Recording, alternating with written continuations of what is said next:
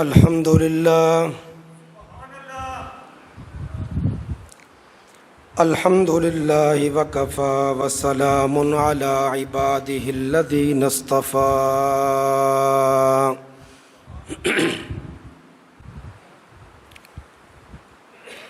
أما بعد فأعوذ بالله من الشيطان الرجيم بسم الله الرحمن الرحيم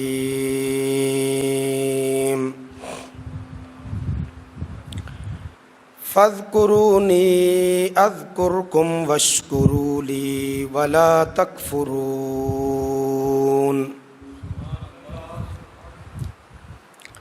يا أيها الذين آمنوا استعينوا بالصبر والصلاة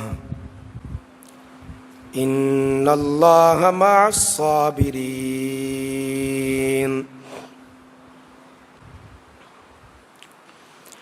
ولا تقولوا لمن يقتل في سبيل الله أموات بل أحياء ولكن لا تشعرون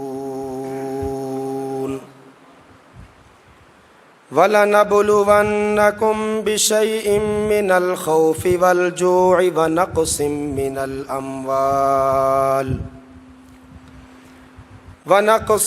من الأموال والأنفس والثمرات وبشر الصابرين الذين إذا أصابتهم مصيبة قالوا إنا لله وإنا إليه راجعون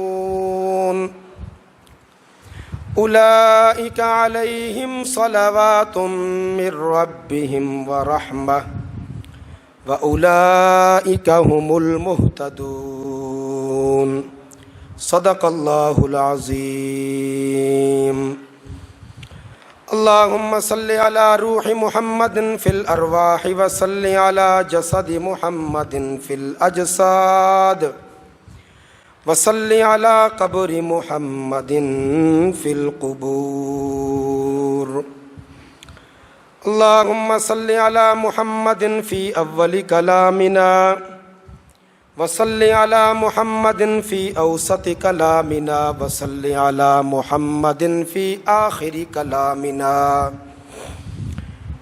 محترم بزرگوں، بھائیوں اور دوستوں،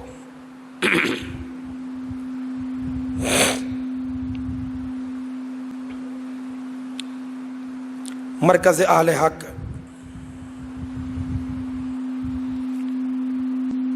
مرکزی جامع مسجد بلکسر میں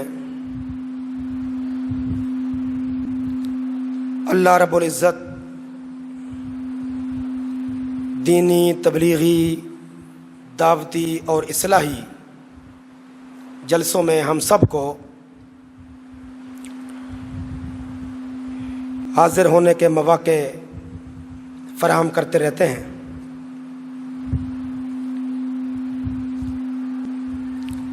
اللہ تعالیٰ کے حضور التجا ہے کہ اللہ تعالیٰ ہم سب کو ان نیک مقاصد میں بھرپور دنیاوی اور اخروی کامیابی نصیب فرمائے۔ جتنے مسلمان بھائی کسی بھی درجہ میں ان دینی جلسوں کو کامیاب کرنے کے لیے کسی بھی لحاظ سے معاونت کرتے ہیں، اللہ تعالیٰ سب کے جذبوں کو، ولولوں کو، قربانیوں کو، سب کے جان و مال کو اپنی بارگاہ میں قبول و منظور فرمائے، اور ہم سب کو زندگی کے آخری سانسوں تک انہی راہوں پر چلتے رہنے کی توفیق عطا فرمائے۔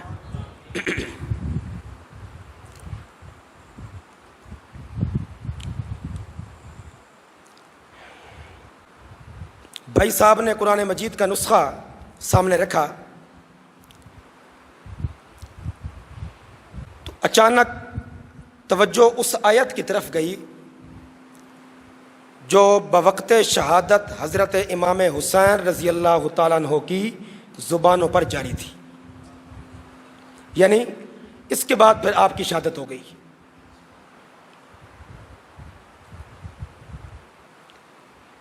اکثر علماء کرام نے لکھا ہے، اوپر آ جائیں، اوپر آ جائیں، اکثر علماء کرام نے، مورخین نے، مفسرین نے اور محدثین نے لکھا ہے کہ حضرت امام علی مقام حسین ابن علی رضی اللہ تعالیٰ عنہما جب آپ کا ورود مبارک کربلا کے اندر ہوا تو آپ نے وہاں قیام کے دوران مختلف خطبات ارشاد فرمائے، مختلف مواعظ ارشاد فرمائے، مختلف لوگوں سے مذاکرات رہے۔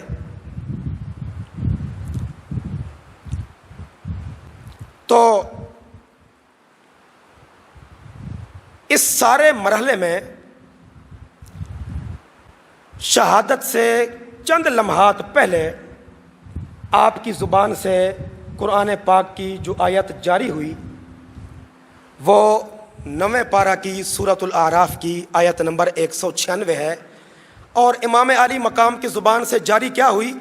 یوں لگتا تھا کہ یہ آج ہی اتر رہی ہے۔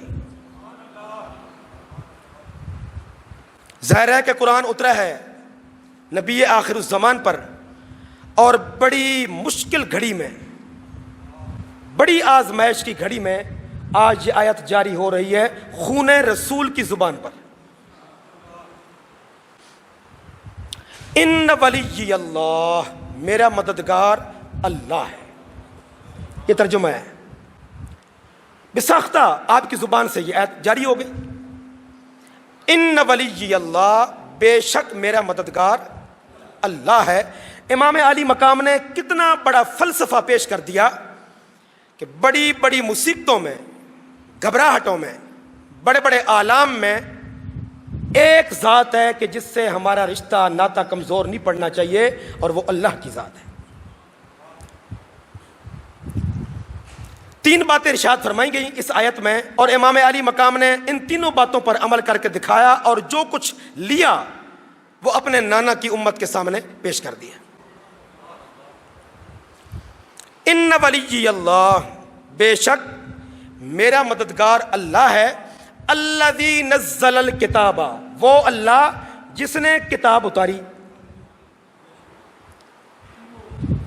جب امام علی حسین فرما رہے تھے کہ وہ اللہ جس نے کتاب اتاری، وہ یہی کتاب تھی نا جو آج اہل سنت کے ہاتھوں میں ہے، تو حسین بھی اہل سنت کے، اور اتری ہوئی کتاب بھی اہل سنت کی۔ ان ولی اللہ، بے شک میرا مددگار میرا اللہ ہے، الذی نزل الکتاب، وہ اللہ جس نے کتاب اتاری۔ اچھا جی، آسمانوں کو کس نے بنایا؟ اللہ نے۔ تو حسین رضی اللہ تعالیٰ عنہ اور بھی بہت کچھ فرما سکتے تھے، وہ اللہ جس نے آسمان بنائے وہ میرا مددگار ہے، وہ اللہ جس نے زمینیں بچھائیں وہ میرا مددگار ہے، وہ اللہ جس نے سمندر بنائے وہ میرا مددگار ہے، وہ اللہ جس نے ستارے چمکا دیے وہ میرا مددگار ہے، وہ اللہ جس نے آبشاریں، جھیلیں، ندیاں، نالے بنا دیے وہ میرا مددگار ہے، وہ اللہ جس نے آسمانوں پر ستارے چمکا دیے وہ میرا مددگار ہے۔ کہنے کو تو بہت کچھ کہا جا سکتا تھا، لیکن حضرت حسین رضی اللہ تعالیٰ عنہ کے ہوش اور حواس کس قدر اپنے ٹھکانے پر موجود تھے۔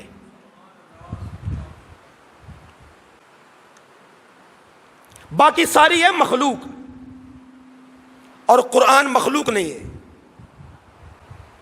قرآن کلام ہے۔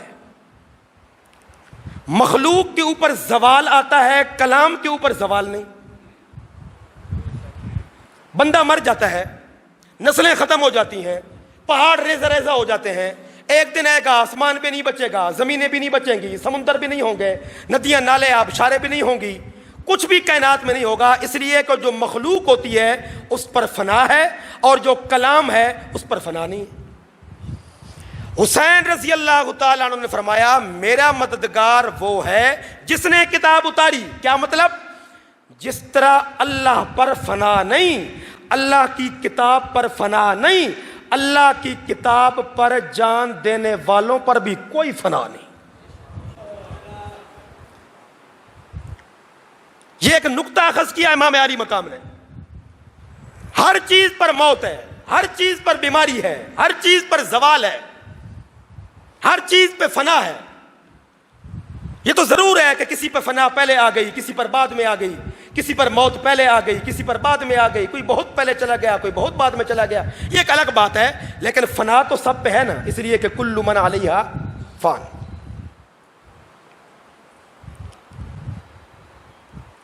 اللہ والوں کی زبان سے جو بھی بات نکلتی ہے اس میں کوئی نہ کوئی حکمت ضرور ہوتی ہے. یہ بے پر کی باتیں تو ہوتی نہیں کہ جو منہ میں آیا وہ اگل دیا. تلواریں اور نیزے دشمنوں کے نکلے ہوئے ہیں اور ان کی آنکھوں میں نفرت و عداوت کی آگ بھڑکتی دکھائی دے رہی ہے. ان کی زبانیں شرارے اگل رہی ہیں. آل نبی کا بغض، اہل بیت رسول صلی اللہ علیہ وآلہ وسلم کی عداوت کوٹ کوٹ کے جو ان کے سینوں میں بھری ہوئی ہے وہ ان کے ہاتھوں سے، زبانوں سے، آنکھوں سے صاف نظر آ رہی ہے. لیکن نواسہ رسول جگر گوشہ بطول اس موقع پر جب کہ موت سامنے دندنا رہی ہے، قرآن پاک کے سمندر میں سے جس آیت کا انتخاب کرتے ہیں، کیا شان والی آیت ہے اور کتنی معنی خیز. ان ولی اللہ، بے شک میرا مددگار اللہ ہے، وہ اللہ نزل الکتاب، جس نے کتاب اتاری. اور تیسری بات، وَهُوَ يَتَوَلَّى الصَّالِحِينَ، وہ اللہ نیکوں کی مدد کرتا ہے.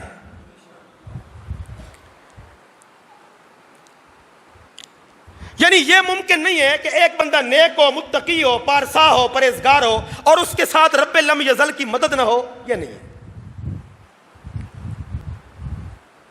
یہ تو تھی وہ آیت جو اسی تاریخ کو، یعنی 10ویں محرم الحرام کو خون رسول کی زبان سے نکل رہی تھی. اور کہنے والے کہتے ہیں کہ سچ پوچھئے تو لگتا تھا یہ آیت آج ہی اتر رہی ہے. اس کی معنویت اس لیے کہ مزہ تو تب ہے نا کہ اللہ کا حکم اترے اور بندہ عمل کرنے کے لیے بےتاب ہو. مزہ تو تب ہے نا.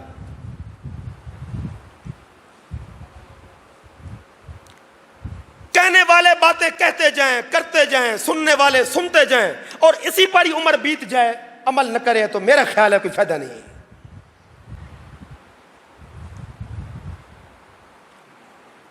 قبر میں یا قیامت کے دن ہم سے یہ پوچھا جائے گا کہ نماز پڑھی تھی کہ نہیں. یہ تو نہیں نہ پوچھا جائے گا کہ تم نے نماز کے مسائل سیکھے تھے کہ نہیں. ایک بندہ نماز کے مسائل سیکھتا ہے لیکن پڑھتا نہیں تو کوئی فائدہ ہے. لیکن دوسرا بندہ جو پڑھ رہا ہے اللہ تعالیٰ اس کو سیکھنے کی توفیق خود بخود عطا کر دیں گے.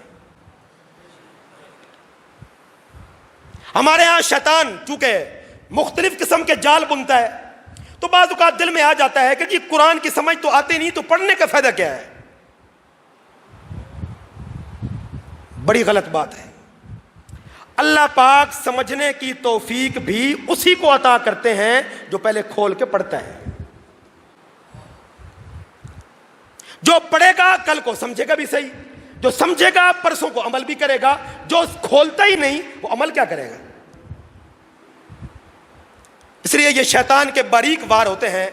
اس لیے ہم نے اپنی گفتگو کے آغاز میں بڑے اہم موقع پر کتاب لا ریب، کتاب مقدس کی آج اس آیت کا انتخاب کیا جو نواسہ رسول سیدنا حسین بن علی رضی اللہ تعالیٰ عنہما نے بوقت شہادت سے چند لمحات پہلے اپنی آخری کلمات میں سے یہ آیت پڑھی.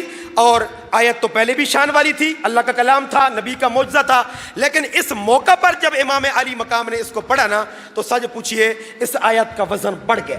ان ولی اللہ، میرا مددگار کون ہے؟ اللہ. اب آگے چلیے.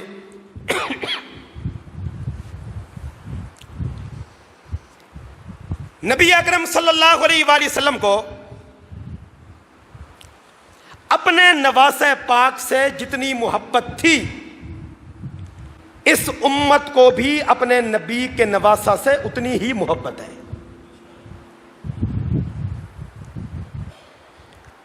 نبی علیہ الصلوۃ والسلام نے اپنے لخت جگر کو جنت کے پھول قرار دیا، حضرت امام حسن و حسین کو، ہما ریحانتا یا من الدنیا، یہ دونوں میرے لیے جنت کے پھول ہیں۔ اور دوستو، قیامت کے دن جنت ملے گی اپنے اپنے معیار کے مطابق۔ یہ جنت علماء کی ہے، یہ جنت صلحاء کی ہے، یہ جنت صحابہ کرام کی ہے، یہ جنت انبیاء کی ہے۔ جب اللہ کے نبی فرما رہے تھے کہ حسن و حسین میرے لیے جنت کے دو پھول ہیں، تو جنت بھی تو آمنہ کے لال کی ہے نا۔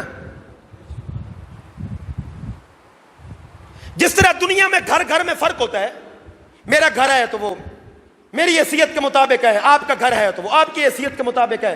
جس طرح دنیا میں گھر، کپڑا، رہن سہن، بود و باش ہماری حیثیت کے مطابق ہوتی ہے، جنت بھی شان کے مطابق ہوگی۔ تو اللہ کے نبی نے فرمایا حسن و حسین میرے لیے جنت کے دو پھول ہیں۔ تو ذرا اس نقطے پر بھی غور کیجئے کہ جنت عام لوگوں کی نہیں، نبی آخر الزمان کی، اور پھول کسی عام جنت کے نہیں، اس جنت کے جو محمد عربی کو ملے گی صلی اللہ علیہ وسلم۔ یہ وہ نسبتیں اور مقامات ہیں جن پر جتنا زیادہ آپ غور کرتے جائیں گے حسینی جلوے اتنے نکھرتے جائیں گے۔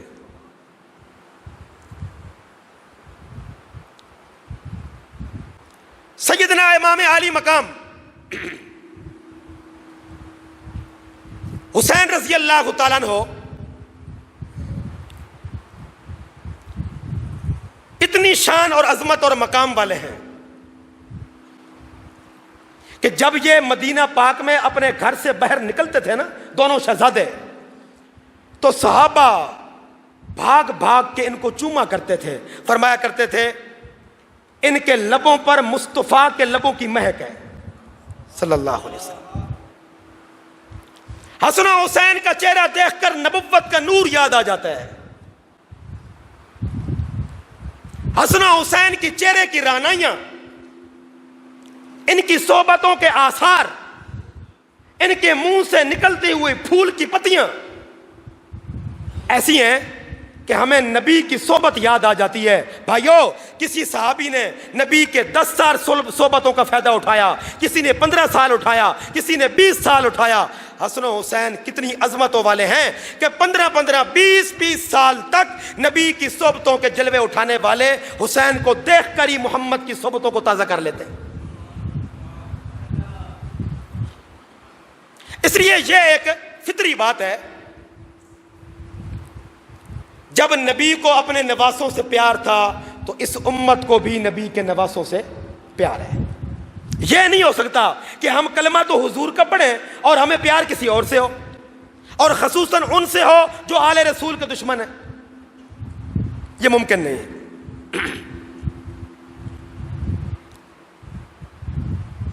اور پھر اس واقعے پر ذرا غور کیجئے، جو ہے تو بڑا معروف، لیکن شاید اس کی معنویت میں اتر کر بہت کم بھائیوں نے غور کیا ہوگا۔ واقعہ مشہور ہے اور بڑا معتبر ہے، غیر اختلافی ہے کہ نبی علیہ الصلوۃ والسلام سجدہ میں جاتے ہیں تو امام حسین رضی اللہ تعالیٰ عنہ بھاگ کے نبی کے پشت اطہر پہ بیٹھ جاتے ہیں اور نبی کا سجدہ لمبا ہو جاتا ہے۔ تو بھائی اگر کسی نوجوان سے بھی سوال کر لینا کہ بھائی حسین پشت پہ بیٹھے تو نبی کا سجدہ لمبا کیوں ہو گیا، تو ایک عام بندہ بھی جواب دے گا اس لیے کہ حضور کو احتمال تھا کہ اگر میں اٹھوں تو کہیں نواسہ گر نہ جائے، یہی تھا نا، اور تو کوئی غرض نہیں تھی کہ بچہ چونکہ پشت پہ بیٹھا ہے، اگر میں اچانک اٹھوں گا بچہ گر جائے گا۔ اور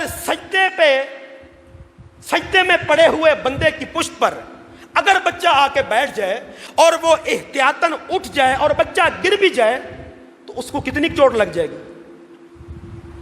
نہ ہونے کے برابر۔ لیکن نبی نے اپنے پیارے نواسہ کے لیے اتنی سی خراش کو بھی برداشت نہیں کیا.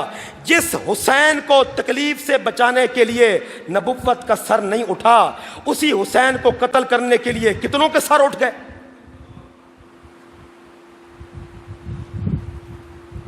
ایک طرف قسمت اور دوسری طرف بدقسمتی کا نظارہ کیجیے.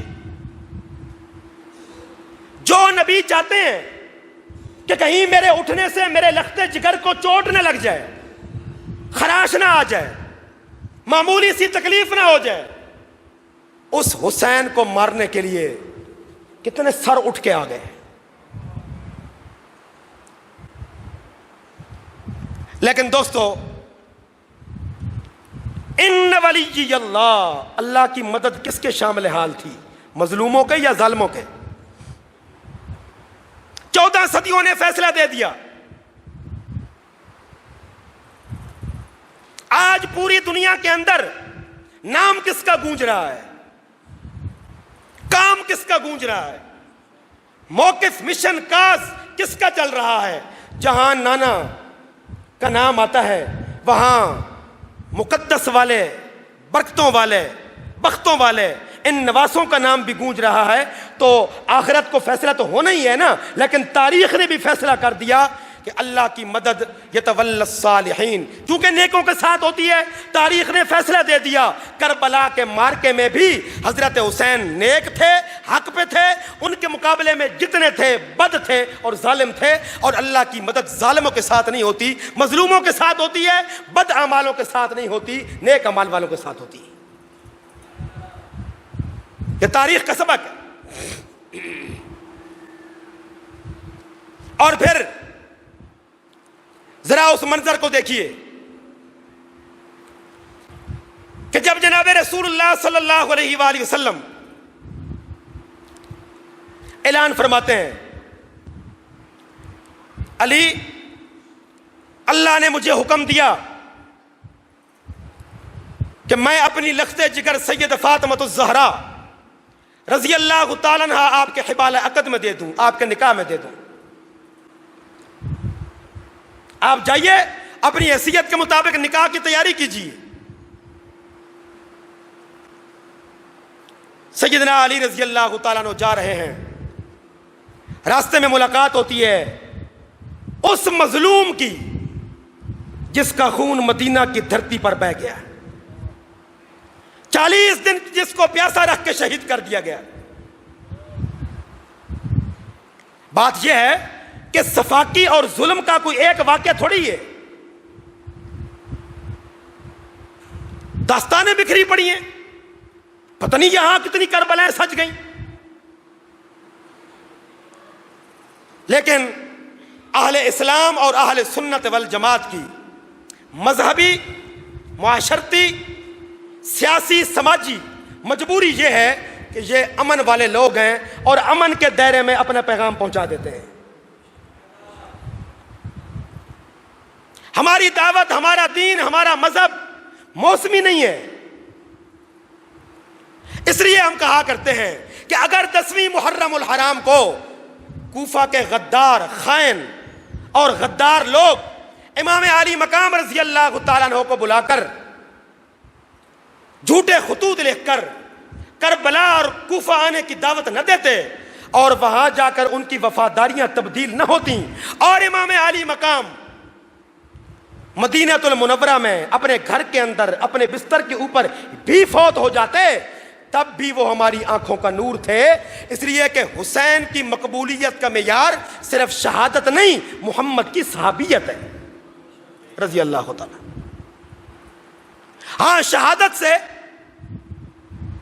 رنگ میں نکھار آ گیا، عظمت بڑھ گئی، شان بڑھ گئی. تو دوستو، عام مسلمان بھائی یہ سوال کرتے ہیں کہ کربلا کا سانحہ راتوں رات کیسے پیش آ گیا؟ تو بھائیو، یہ راتوں رات پیش نہیں آیا. اس کی منصوبہ بندی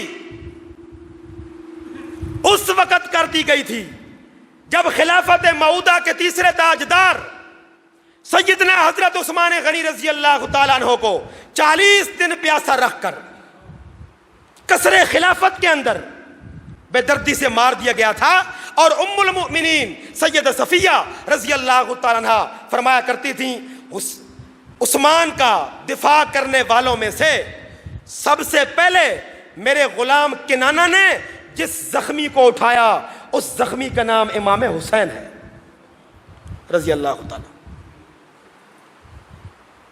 جو حضرت عثمان غنی رضی اللہ تعالیٰ عنہ کی حفاظت کرتے کرتے زخمی ہو گئے۔ اس دن سے یہودیت اور مجوسیت کے گٹھ جوڑنے، کیوں؟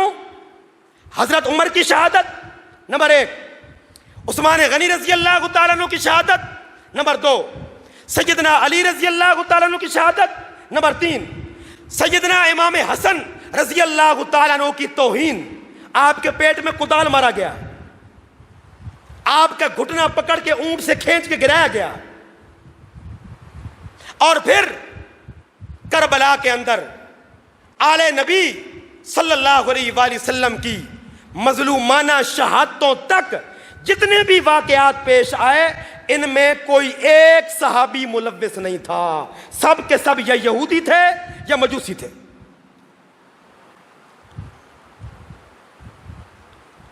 اس لیے کہ صحابہ کی شان تو اللہ پاک نے بیان کر دی، اشداء علی الکفار رحماء بینہم، یہ کافروں پر سخت ہے اور آپس میں رحم دل ہے۔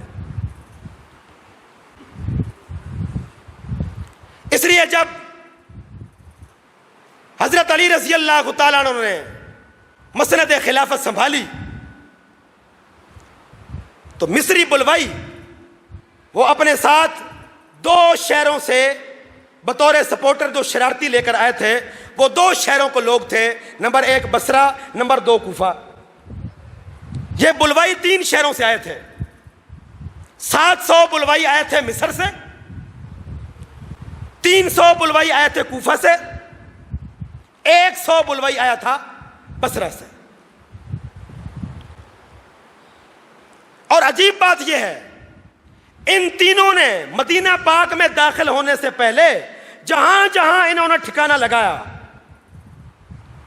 مصر والوں نے ٹھکانہ لگایا ذوالمرہ کے مقام پر، کوفیوں نے ذوالخشب کے مقام پر، اور بصریوں نے اعوس کے مقام پر۔ اب تو یہ سارے مدینہ پاک میں شامل ہو گئے ہیں، اس وقت یہ مدینہ پاک سے باہر تھے۔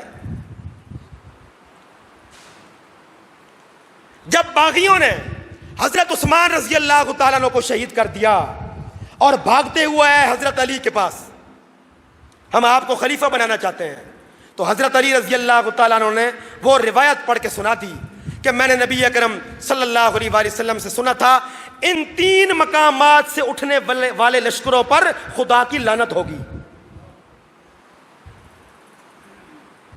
نبی علیہ السلام نے پیشن گوئی فرمائی تھی،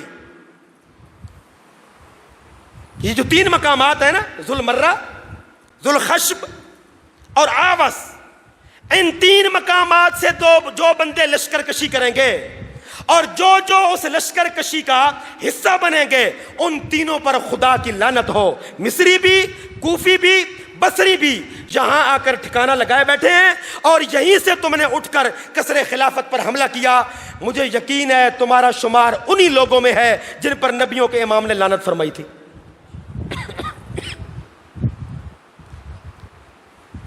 جن پر خدا کی لعنت ہوئی، انہی کا ہاتھ امام عثمان کے ہاتھ کے گریبان پر گیا، پھر انہی کا ہاتھ حضرت علی کے گریبان پر گیا، پھر انہوں نے حضرت حسن کی توہین کی، یا مذل المؤمنین، اے مومنوں کو ذلیل کرنے والے۔ جب حضرت امام حسن رضی اللہ تعالیٰ عنہ نے حضرت امیر معاویہ رضی اللہ تعالیٰ عنہ کے ساتھ بیعت کر لی، ہاتھ پہ بیعت کر لی، تو انہی کوفیوں نے جو کہتے تھے نا ہم آپ کے ساتھ مل کے لشکر کشی کریں گے، اب انہی کوفیوں نے اپنی ساری وفاداریاں بدل لی، اور وہ جو پہلے بیعت کر رہے تھے اب حضرت امام حسن کے نیچے سے مسلح بھی کھینچ رہے ہیں، اور ساتھ ساتھ یہ بھی کہہ رہے ہیں یا مذل المؤمنین، اے مومنوں کو ذلیل کرنے والے۔ جن لوگوں نے نبی کے پیارے نواسہ کو مومنوں کو ذلیل کرنے والا کہہ دیا، وہ کتنے بڑے صحابہ کے دشمن تھے۔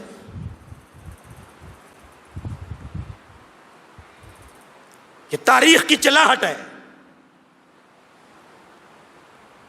اور جب حضرت امیر معاویہ کا دور آ گیا، یہ اگرچہ ہمارا آج کا موضوع نہیں ہے لیکن سچ پوچھئے تو کوفی بدبختوں اور کوفی جیسے شر پسندوں کو نکیل ڈال کر ان کو قابو کرنے کا ملکہ اگر تاریخ کے اندر رکھنے والا کوئی نظر آتا ہے تو وہ امیر معاویہ ہے رضی اللہ تعالیٰ. آپ نے پھر ان کو پکڑا، ایک ایک قاتل کو، قاتلین عثمان کو بھی، قاتلین علی کو بھی. یعنی عبد الرحمن ابن ملجم تو موقع پر ہی قتل کر دیا گیا 2-4 دن کے بعد. پیچھے جو پلان کرنے والے تھے یہودی اور مجوسی، کچھ کوفہ میں بیٹھے تھے، کچھ بصرہ میں بیٹھے تھے، کچھ مصر میں بیٹھے تھے. حضرت امیر معاویہ رضی اللہ تعالیٰ عنہ نے ایک ایک باغی کو پکڑ کے کیفر کردار تک پہنچایا. اور تاریخ چلا چلا کے کہہ رہی ہے ان باغیوں سے نمٹنا اور ان کو کیفر کردار تک پہنچانے کا اعزاز اگر حاصل ہے تو بہرحال حضرت امیر معاویہ کو ہے. اور جب امیر معاویہ فوت ہو گئے اب پھر انہوں نے سر اٹھا لیا. اب کیا ہوا؟ جب حضرت امیر معاویہ رضی اللہ تعالیٰ عنہ کے بعد حکومت چلی گئی یزید کے پاس. آپ سارے پڑھے لکھے دوست ہیں. یزید نے نبی علیہ الصلوۃ والسلام کی کتنی مرتبہ زیارت کی ہوگی آپ کے خیال میں؟ یزید نے حضور کو دیکھا تھا؟ نہیں نہ دیکھا، اس لیے کہ وہ نبی کے زمانہ میں پیدا ہی نہیں ہوا. نہ اس نے نبی کو دیکھا ہے، نہ اس نے حضرت ابوبکر صدیق کا دور دیکھا ہے، نہ اس نے حضرت عمر کا دور دیکھا ہے، نہ اس نے حضرت عثمان کا دور دیکھا ہے. حضرت عثمان رضی اللہ تعالیٰ عنہ 35 ہجری میں شہید ہو رہے ہیں، 36 ہجری میں یزید پیدا ہو رہا ہے. یعنی جس وقت حضرت عثمان کو بچانے کے لیے ان کے گھر سے حضرت حسین زخمی حالت میں مل رہے ہیں اس وقت یزید بدبخت پیدا ہی نہیں ہوا تھا. تو کہاں حسین کہاں یزید؟ کہاں وہ حسین جس نے حضرت عثمان کا زمانہ بھی دیکھا، حضرت عمر کا زمانہ بھی دیکھا، حضرت ابوبکر صدیق کا زمانہ بھی دیکھا، اپنے نانا کا مقدس دور بھی دیکھا نہیں بلکہ ان کی گود میں پلے، ان کے شانوں پہ کھیلے. مشہور روایت ہے جب نبی اکرم صلی اللہ علیہ وآلہ وسلم حضرت امام حسن اور امام حسین رضی اللہ تعالیٰ عنہما کو اپنے دونوں شانوں پر اٹھا کر لا رہے ہیں. دوستو ذرا تصور میں جا کر اس منظر کو دیکھیے. کتنے بختوں والے، کتنے مقدر والے وہ فرزند دل بند تھے جن کو سواری کرنے کے لیے مصطفیٰ کے شانے نصیب ہوتے ہیں صلی اللہ علیہ وسلم. لیکن بات پوری کرنی چاہیے، ادھوری نہیں. ادھوری بات کرنے سے گڑبڑ ہوتی ہے، فرقہ واریت پھیلتی ہے، اور پوری بات کرنے سے امن کے ٹھنڈے جھونکے آتے ہیں، امن کی خوشبوئیں آتی ہیں. جو حسین نبی کے شانوں پر چڑھے، نبی کے کندھوں پر بیٹھے، اگر وہ شان والے ہیں تو ہجرت کی رات خود محمد جس کے کندھوں پر بیٹھے وہ ابو بکر بھی شان والا ہے کہ نہیں؟ اس لیے کہ جن کی نسبت وجود مصطفیٰ سے ہو گئی اللہ نے ان کو بھاگ لگا دی. چنانچہ حضرت ابو ہریرہ رضی اللہ تعالیٰ عنہ راوی ہیں کہ میں کاشان نبوت کے باہر بیٹھا ہوا تھا مدینہ پاک میں. سرکار دو جہاں صلی اللہ علیہ وآلہ وسلم تشریف لائے اپنے گھر مبارک سے باہر. میں نے دیکھا آپ کے دونوں کندھوں پر یہ دونوں شہزادے بیٹھے ہیں، حسن و حسین. بٹھانے والے آمنہ کے لال، بیٹھنے والے حسن و حسین، اور دیکھنے والے ابو ہریرہ. 4000 حدیث کے راوی. میں نے حضرت امام حسن و حسین کا دونوں کے ننھے ننھے پاؤں پکڑ لیے. ایک پاؤں میں نے حسن کا پکڑا اور دوسرے کا پاؤں پکڑا، اور میں نے کہا کیا برکت والی سواری تم نے پکڑی ہے؟ کیا کہا؟ کیا برکت والی سواری تم نے لی ہے؟ نبی علیہ الصلوۃ والسلام نے فرمایا ہاں، سوار بھی تو برکت والے ہیں۔ سبحان اللہ۔ یعنی اگر میں برکت والا ہوں تو میرا خون، میری فاطمہ کے یہ لاڈلے، میرے یہ لخت جگر، جو صرف میرے صحابی نہیں، میرے اہل بیت بھی ہیں، میرے ساتھ خونی رشتہ بھی رکھتے ہیں، یہ بھی تو برکت والے ہیں، شان والے ہیں، مقام والے ہیں۔ اور پھر اس منظر کو یاد کیجئے جب سرکار نے پیغام بھیجا صلی اللہ علیہ وسلم، فاطمہ جب تک میں نہ ہوں حسن کو تہنیک نہیں دینی۔ جب حسین پیدا ہوئے سال کے بعد پھر پیغام بھیجا، جب تک میں نہ ہوں 3 کام تم نے نہیں کرنے۔ حسن و حسین کے کانوں میں اذان بھی میں دوں گا، گھٹی بھی میں دوں گا، نام بھی میں رکھوں گا۔ بچے کی ولادت کے بعد یہ 3 موڑ اہم ہوتے ہیں نا، اور اکثر گھروں میں یہ 3 موڑ بعض اوقات اختلاف کا روپ بھی دھار لیتے ہیں۔ نانا کہتا ہے میں نام رکھوں گا، دادا کہتا ہے میں نام رکھوں گا، پھوپھی کہتی ہے میں نام رکھوں گا، دادی کہتی ہے میں نام رکھوں گی۔ تو محبت کی فضاؤں میں کبھی کبھار اختلافات بھی تو پیدا ہو جاتے ہیں نا۔ جب بھی کسی گھر کے اندر نومولود آتا ہے یہ 3 اہم کام ہوتے ہیں۔ اذان کون دے گا، گھٹی کون دے گا، نام کون رکھے گا۔ سرکار نے فرمایا یہ تینوں کام میں کروں گا، اگر میں برکت والا ہوں تو آنے والے بھی بڑی برکت والے ہیں۔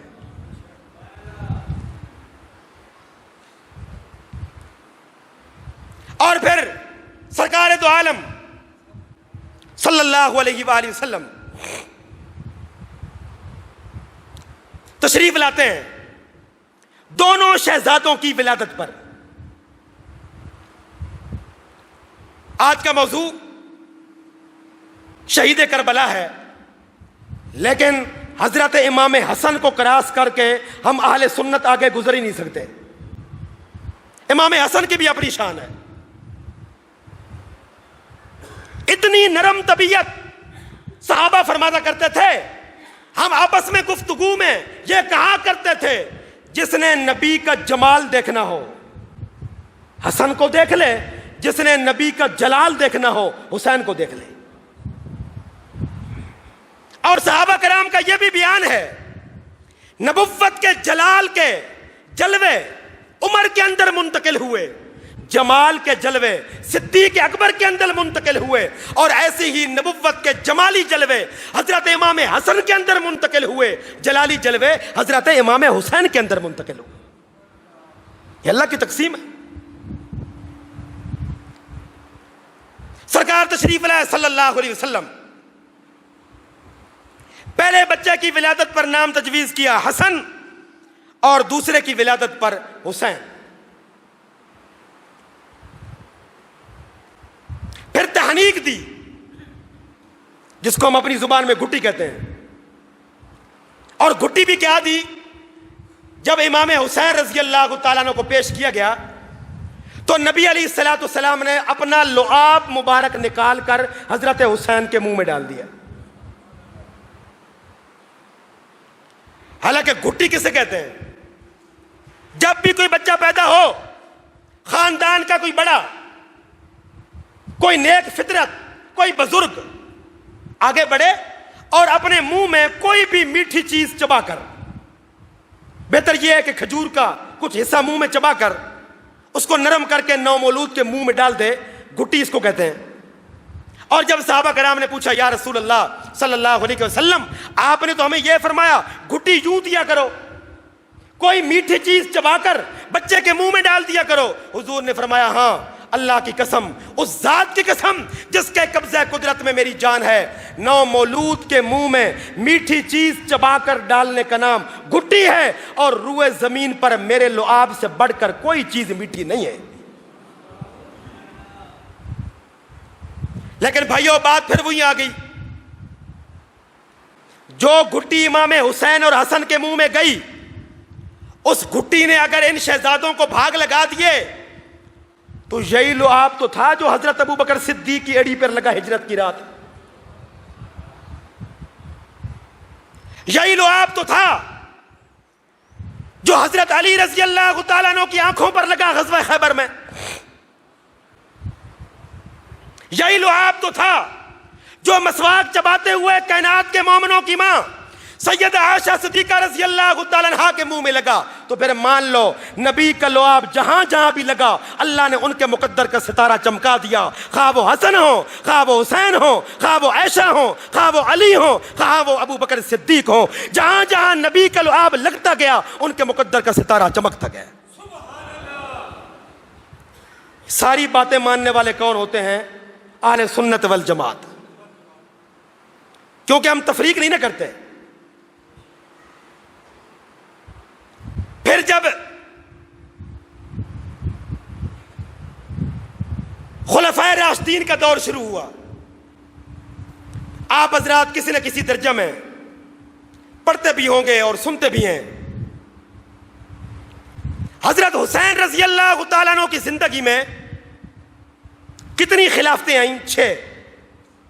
نمبر 1 حضرت ابو بکر صدیق کی خلافت، پھر حضرت عمر کی خلافت، پھر حضرت عثمان کی خلافت، پھر حضرت علی کی خلافت، پھر حضرت حسن کی خلافت، پھر حضرت امیر معاویہ کی خلافت۔ ان 6 ادوار میں کوئی ایک موقع ایسا آیا کہ حضرت حسین نے بغاوت کی ہو؟ کوئی ایک موقع اختلاف رائے پیش کیا ہو؟ ان کو ٹوٹل کیجئے، یہ کتنا زمانہ بنتا ہے؟ 2.5-3 سال حضرت ابو بکر کی خلافت کے، 10 سال حضرت عمر کی خلافت کے، 12 سال حضرت عثمان کی خلافت کے، 4 سال حضرت علی کی خلافت کے، 30 سال تو یہ ہو گئے، 6 مہینے حضرت امام حسن کی خلافت کے، 20 سال حضرت امیر معاویہ کی حکومت کے، خلافت کے، ٹوٹل 50 سال بنتے ہیں۔ ان 50 سالوں میں امام حسین کبھی اختلاف کرتے ہوئے گھر سے باہر نکلے ہیں؟ کیا کوئی ایسی مثال ہے؟ تو پتہ چلا جب تک کام چل رہا تھا اصولوں کی بنیادوں پر، حسین نے احتجاج نہیں کیا، حسین نے آواز نہیں اٹھائی، اور جب بات آگے چل نکلی بے اصولیوں کی طرف، جب نبی کے صحابہ کے ہاتھوں سے انہوں نے مملکت نکل گئی، سلطنت کا بوجھ اور ذمہ داری نبی کے صحابہ سے اتر کے غیروں کے ہاتھ میں چلا گیا، اب حضرت امام علی مقام رضی اللہ تعالیٰ عنہ نے علم بغاوت بلند کر دیا، فرمایا جب تک ابو بکر و عمر عثمان و علی حسن و معاویہ جیسے لوگ ہوں گے حسین ان کی اقتداء میں چلے گا، لیکن جب یزید جیسے فساق اور فجار حکومت کریں گے حسین ٹکرائے گا، اس لیے کہ ظالموں کے ہاتھ پہ بیعت کرنا، ان کی حکومت کو تسلیم کرنا، یہ آل رسول کے خون کو زیب نہیں دیتا۔ یہ ایک اصول کا اختلاف تھا۔ یہی وجہ ہے کہ جب کوفہ کے لوگوں کو پتہ چلا کہ امام حسین رضی اللہ تعالیٰ عنہ یزید کی بیعت کرنے سے انکاری ہیں، بھائی دیکھیے حضرت امیر معاویہ رضی اللہ تعالیٰ عنہ نے جب اپنے بیٹے کو ولی عہد بنایا تو صحابی اپنی نیت میں نیک ہوتا ہے، صحابی کے دل میں کھوٹ نہیں ہوتی۔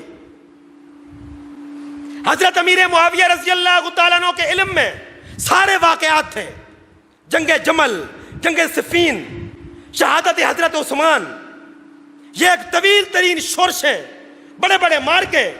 آپ رضی اللہ تعالیٰ عنہ اپنے حسن نیت کے اعتبار سے اس نتیجے پر پہنچے تھے کہ اگر میں اپنے گھر میں حکومت منتقل کر دوں تو جس طرح میرے عہد میں خون ریزی کا سلسلہ تھم گیا، ممکن ہے کہ یہ آئندہ کے لیے بھی تھم جائے۔ لیکن بندے تقدیر کرتے ہیں، اللہ کی طرف سے تدبیر آتی ہے، اور بندوں کی تقدیر پر اللہ کی تدبیر غالب آ جاتی ہے۔ غیب کا علم کس کو ہے؟ اللہ کو ہے۔ اس لیے جب کوفہ کے لوگوں کو پتہ چلا کہ حضرت حسین رضی اللہ تعالیٰ عنہ یزید کو خلیفہ ماننے کے لیے تیار نہیں، بادشاہ ماننے کے لیے تیار نہیں، تو انہوں نے خط لکھنے شروع کر دیے کہ سرکار آپ ہمارے پاس تشریف لائیں، ہم آپ کی میزبانی کریں گے، آپ کے ہاتھ پہ بیعت کریں گے۔ اور یہ کوفہ کے لوگ اتنے بڑے خائن، اتنے بڑے غدار اور اتنے بڑے بے وفا لوگ تھے کہ انہی لوگوں نے حضرت عثمان کو شہید کروایا، انہی لوگوں نے حضرت علی کو شہید کیا، انہی لوگوں نے حضرت حسن کے پیٹ میں کدال ماری، اور آج وہی لوگ وفاداری کے راگ الاپ کے حضرت امام حسین کو دعوت دے رہے ہیں کہ آپ کوفہ تشریف لائیے۔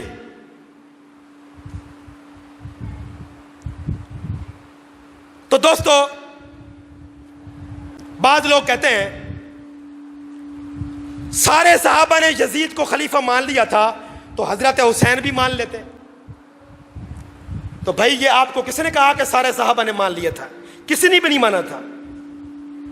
سب سے پہلے یزید کے خلاف علم بغاوت بلند کرنے والے کا نام ہے حضرت عبداللہ بن زبیر، سب سے پہلے۔ اور انہوں نے حضرت امام حسین کو مشورہ دیا رضی اللہ تعالیٰ عنہ کو کہ آپ بھی یزید کو نہیں مانتے، میں بھی نہیں مانتا، میرا گھر مکہ مکرمہ میں ہے، آپ کا گھر مدینہ پاک میں ہے، آپ یہاں سے نہ نکلیں، میں مکہ میں بیٹھ جاتا ہوں، آپ مدینہ میں بیٹھ جائیں، یہ دونوں اسلام کے مراکز ہیں، لوگ آئیں گے اور ہمارے ہاتھ پہ بیعت کر لیں گے، ہم یہیں سے یزید کے خلاف تحریک کا آغاز کرتے ہیں۔ اب دیکھیے دونوں صحابہ کے دل پہ خدا کیسے بول رہا تھا، دونوں کی سوچ کتنی پاکیزہ تھی۔ حضرت عبداللہ بن زبیر فرماتے ہیں حرم پاک کے اندر بیٹھ کے یزید کے خلاف تحریک چلاتے ہیں، اور امام حسین وہی جواب دیتے ہیں جو آپ کے والد گرامی نے دیا تھا کہ اگر ہم یہاں بیٹھ جاتے ہیں اور قتل و قتال کا سلسلہ بڑھ جاتا ہے تو نبی کا حرم خون میں لت پت ہو جائے گا، ہم اپنی جانیں تو دے سکتے ہیں لیکن نبی کے اور اللہ کے حرم کو خون ریزی میں تبدیل نہیں کر سکتے۔ دونوں کی سوچ اپنی جگہ پہ ٹھیک تھی۔ یہی وجہ ہے کہ جب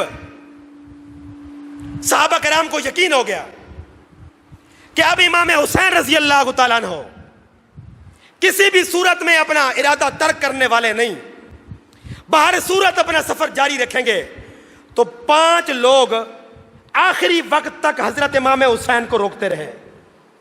روکنے والوں کی بصیرت تھی اور نہ رکنے والے کی غیرت تھی، ان کی بصیرت کو بھی سلام ہے اور ان کی غیرت کو بھی سلام ہے۔ یہ جو لوگوں نے کیمپ بنا دیے ہیں نا کہ یہ لوگ ہمارے مقتدا ہیں اور وہ لوگ غدار ہیں اسلام کے الیاذ باللہ، یہ تفریق کرنے کا اختیار میں اور آپ کو نہیں ہے۔ قرآن مقدس میں صحابہ کرام کی تقسیم صرف 3 بنیادوں پر کی گئی ہے، چوتھی کوئی بنیاد نہیں۔ والسابقون الاولون من المہاجرین نمبر 1، والانصار نمبر 2، والذین اتبعوہم بإحسان تیسرے نمبر پہ جو صحابی مہاجر بھی نہیں ہوگا، انصاری بھی نہیں ہوگا، فتح مکہ کے بعد اسلام قبول کرے گا اور وہ ان دونوں جماعتوں کے نقش پا پر چلنے والا ہوگا۔ یا اللہ، یہ 3 جماعتوں کی تقسیم تو آپ نے فرما دی، مہاجر ہوں گے، انصاری ہوں گے یا متبعین ہوں گے، لیکن یہ تو فرمائیے ان میں سے جنتی کون کون ہوگا؟ کائنات کے رب نے فرمایا رضی اللہ عنہم ورضوا عنہ۔ جہاں تک جنتی ہونے کی بات ہے، کل کے کل صحابہ مجھ سے راضی ہیں، کل کے کل صحابہ سے میں راضی ہوں، کل کے کل صحابہ کرام جنتی ہیں۔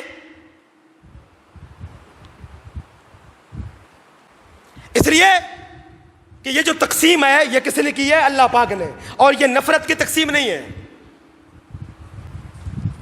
یہ کمال کی تقسیم ہے۔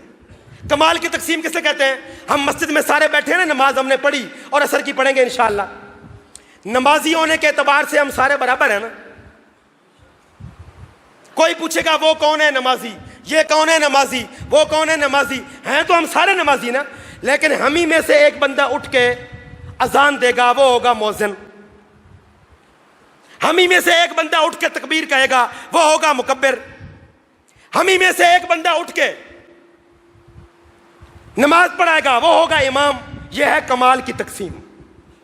یعنی ہیں تو سارے نمازی، لیکن ان میں یہ مؤذن ہے، یہ مکبر ہے، یہ امام ہے۔ اہل سنت والجماعت کہتے ہیں صحابہ ہیں تو کل کے کل جنتی، پر یہ حسن ہے، یہ حسین ہے، یہ علی ہے، یہ عثمان ہے، یہ عمر ہے، یہ ابو بکر صدیق ہے۔ یہ جو کمالات کی تقسیم ہے، یہ نفرت کی بنیاد پہ نہیں ہے، یہ عظمت کی بنیاد پہ ہے۔ اور عظمت کی بنیاد پر جو تقسیم ہو، اس میں فرقہ واریت نہیں ہوتی، اس میں لڑائی اور جھگڑا نہیں ہوتا۔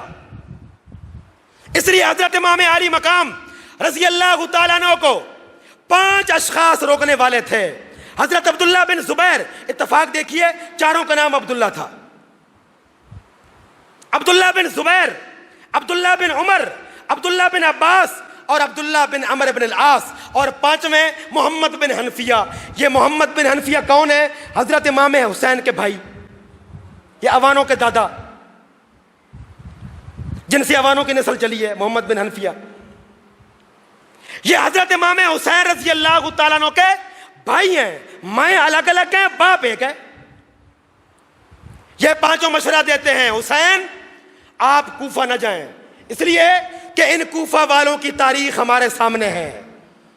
ان کے منہ پر حضرت عثمان کا خون لگا ہوا ہے، آپ کے والد علی کا خون لگا ہوا ہے۔ یہ بڑے بدبخت لوگ ہیں، یہ آپ کو دھوکے میں مبتلا کر دیں گے۔ ان کی بصیرت کام کر رہی تھی اور حسین کی غیرت کام کر رہی تھی۔ اس لیے آپ رضی اللہ تعالیٰ عنہ نے سفر شروع کرتے ہوئے قبل از وقت ایک بندے کو روانہ کر دیا کہ تم جاؤ اور جا کر کوفہ کے لوگوں کے حالات لو، واقعی وہ ہمارے ہاتھ پہ بیعت کرنا چاہتے ہیں۔ تو حضرت امام حسین رضی اللہ تعالیٰ عنہ نے کوفہ بھیجنے کے لیے اپنے نمائندے کے طور پر جس بندے کا انتخاب کیا، ان کا نام کیا تھا؟ مسلم بن عقیل۔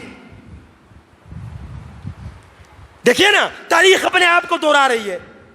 جس طرح نبی علیہ الصلوۃ والسلام نے صلح حدیبیہ کے موقع پر عمرہ کرنے کا پروگرام بنایا تو اپنا نمائندہ بنا کر بھیجا حضرت عثمان کو۔ آج حضرت حسین اپنا نمائندہ بنا کر بھیج رہے ہیں کس کو؟ مسلم بن عقیل کو۔ اور یہ مسلم بن عقیل کون؟ حضرت حسین کے چچا زاد بھائی، حضرت علی کے سگے بھتیجے، حضرت عقیل کی سگی اولاد۔ اور یہ عقیل کون ہے؟ جب حضرت امیر معاویہ اور حضرت علی رضی اللہ تعالیٰ عنہ کے مابین اختلافات ہوئے تو یہ عقیل حضرت علی کے صف میں نہیں تھے بلکہ امیر معاویہ کے صف میں تھے۔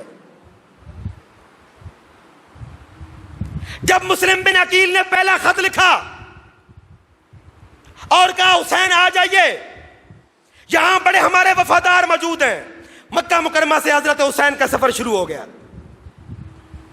راستے میں حضرت مسلم بن عقیل کا دوسرا خط موصول ہوا۔ دوسرا خط کیا تھا؟ بس اس پر غور کیجئے، سارے کربلا کا سارا کردار آپ کے سامنے آ جائے گا۔ فرمایا برادر گرامی، جہاں آپ پہنچے ہیں الٹے قدموں مدینہ کو واپس چلے جائیں، یہ کوفہ والے بڑے غدار ہیں۔ یہ جو خطوط میں لکھ رہے تھے نا، آپ جلدی آئیے، ہم آپ کے ہاتھ پہ بیعت کرنا چاہتے ہیں۔ حضرت مسلم بن عقیل نے ڈیرا کہاں لگایا؟ عروہ بن ہانی کے گھر۔ یہ میزبان تھے مسلم بن عقیل کے۔ عروہ بن ہانی کے گھر ڈیرا لگایا اور کہا کوفہ والو آؤ میرے ہاتھ پہ حسین کی بیعت کرو۔ تو یقین جانیے وہ لوگ جو خط لکھ رہے تھے جلدی آئیے جلدی آئیے، انہوں نے پتہ کیا کہا؟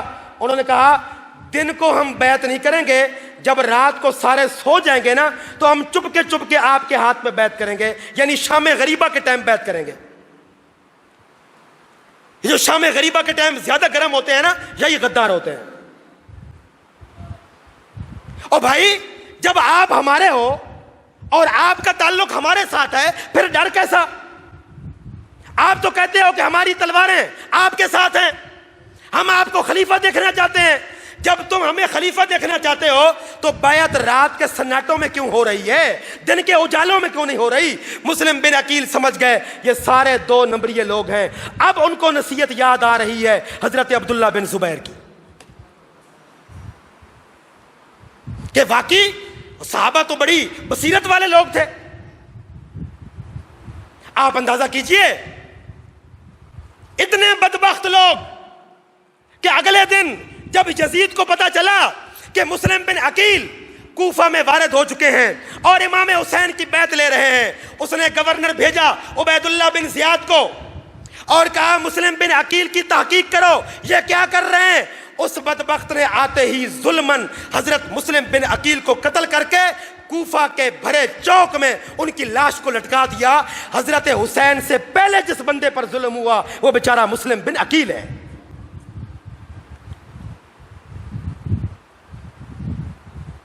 اور امام حسین رضی اللہ تعالیٰ عنہ دوسرا خط پڑھ کے متذبذب ہو گئے، مجھے کیا کرنا چاہیے؟ اتنے میں ایک اور بندہ ملا جس کا نام تھا فرزدق، شاعر تھا، اور عرب کے اندر اس کا بڑا نام تھا۔ اس کا باپ بھی شاعر تھا، اس کا نام غالب تھا، اور غالب امکان یہ ہے کہ ہماری تاریخ کے یہ موجودہ جو شاعر گزرے ہیں اسد اللہ خان غالب، انہوں نے انہی سے متاثر ہو کر اپنا نام غالب رکھا تھا۔ یہ دونوں باپ بیٹے بڑے شاعر تھے عرب کے، غالب اور اس کا بیٹا فرزدق، دونوں اہل بیت کے بڑے قدردان تھے۔ امام حسین رضی اللہ تعالیٰ عنہ پوچھتے ہیں فرزدق تم کوفہ سے آ رہے ہو، کیا صورتحال ہے؟ اس نے کہا اے حسین کوفہ میں تو قیامت بپا ہو گئی ہے، ان لوگوں کی زبانیں آپ کے ساتھ ہیں، تلواریں یزید کے ساتھ ہیں۔ 2 لفظوں میں سمندر کوزے میں بند کر دیا۔ اب حضرت حسین کو یاد آیا عبداللہ بن عمر نے، عبداللہ بن زبیر نے، عبداللہ بن عباس نے اور عبداللہ بن عمر بن عاص نے اور میرے بھائی محمد بن حنفیہ نے کتنی اچھی بات کہی تھی، یہ کوفہ والے اپنے باپ کے بھی نہیں ہیں، یہ بڑے غدار ہیں۔ آج پتہ چلا کہ یہ اتنے غدار ثابت ہوئے۔ اور فرزدق نے کہا امام علی مقام دوسری خبر بھی سن لیجئے، ان بدبختوں نے مسلم کو قتل کر دیا ہے۔ بھائیو خود سوچئے اس قافلہ کے راہی کے دل پہ کیا بیتی ہوگی جس کو اچانک راستے میں خبر ملے کہ میرے مظلوم چچا زاد بھائی کو قتل کر دیا گیا۔ بس آخری بات سن لیجئے پھر ختم کرتے ہیں۔ حضرت امام حسن اور حسین رضی اللہ تعالیٰ عنہما دونوں کی آپس میں ملاقات ہوتی ہے، بڑی دلچسپ بات۔ امام حسن فرماتے ہیں حسین تمہارے دل میں دین کی بڑی غیرت ہے، اپنی دل کی غیرت میں سے کچھ حصہ مجھے بھی دے دو۔ اور امام حسین جواب دیتے ہیں پیارے بھائی حسن آپ کی زبان میں اللہ نے بڑی نرمی رکھی ہے، اپنی زبان کی نرمی کا کچھ حصہ مجھے بھی دے دو۔ یہاں سے پتہ چلا نبی کا جلال منتقل ہوا حسین کے اندر، نبی کا جمال منتقل ہوا حسن کے اندر۔ تو اب امام حسین رضی اللہ تعالیٰ عنہ نے آخری بات ارشاد فرمائی، فرمایا جس طرح میرے نانا کو راستہ میں خبر ملی تھی کہ عثمان کو قتل کر دیا گیا، شہید کر دیا گیا اگرچہ وہ وفات تھی، اور میرے نانا نے 1400 صحابہ سے بیعت لی تھی، آج میں اپنے نانا کے اس تاریخ کو، کردار کو زندہ کرنا چاہتا ہوں۔ میں مسلم بن عقیل کا بدلہ لیے بغیر یہاں سے واپس نہیں جانا چاہتا۔ اے آل رسول تم میں سے کون کون ہے جو میرے ہاتھ پہ موت کی بیعت کرتا ہے؟ یقین جانیے جس طرح کچھ عرصہ پہلے 1400 صحابہ نے حضرت عثمان کی وجہ سے نبی کے ہاتھ پر بیعت کی تھی، آج خاندان آل رسول کے تمام افراد نے مسلم بن عقیل کی موت کا بدلہ لینے کے لیے اپنے پیارے نبی کے نواسا حضرت حسین کے ہاتھ پر بھی بیعت کی، کیونکہ وہ بھی وفادار تھے، یہ بھی وفادار ہے۔ بڑا لمبا واقعہ ہے دوستو۔ اختتامی بات یہ، جن کے منہ کو حکومت کا چسکا پڑ جائے، جن کے منہ کو اقتدار کی ہڈی لگ جائے، ان کے نزدیک نسبتوں کی کوئی وقت نہیں ہوتی۔ اگر نسبتوں کی معمولی سی وقت بھی ہوتی تو حضرت امیر معاویہ رضی اللہ تعالیٰ عنہ نے بوقت وصیت یزید کو کہا تھا اے یزید جب تو خلافت اور حکومت پہ متمکن ہو جائے اور لوگ تیرے خلاف بغاوت کریں، اور بغاوت کرنے والوں میں سے بالفرض یہ لوگ ہوں، تو نسبت رسول کا احترام کرنا۔ تو بتائیے یزید نے نسبت رسول کا احترام کیا کہ قتال کیا؟ تو ہمارے جذبات، ہمارے ایمان، ہماری محبتیں قاتلوں کے ساتھ نہیں مقتولوں کے ساتھ ہیں، ظالموں کے ساتھ نہیں مظلوموں کے ساتھ ہیں۔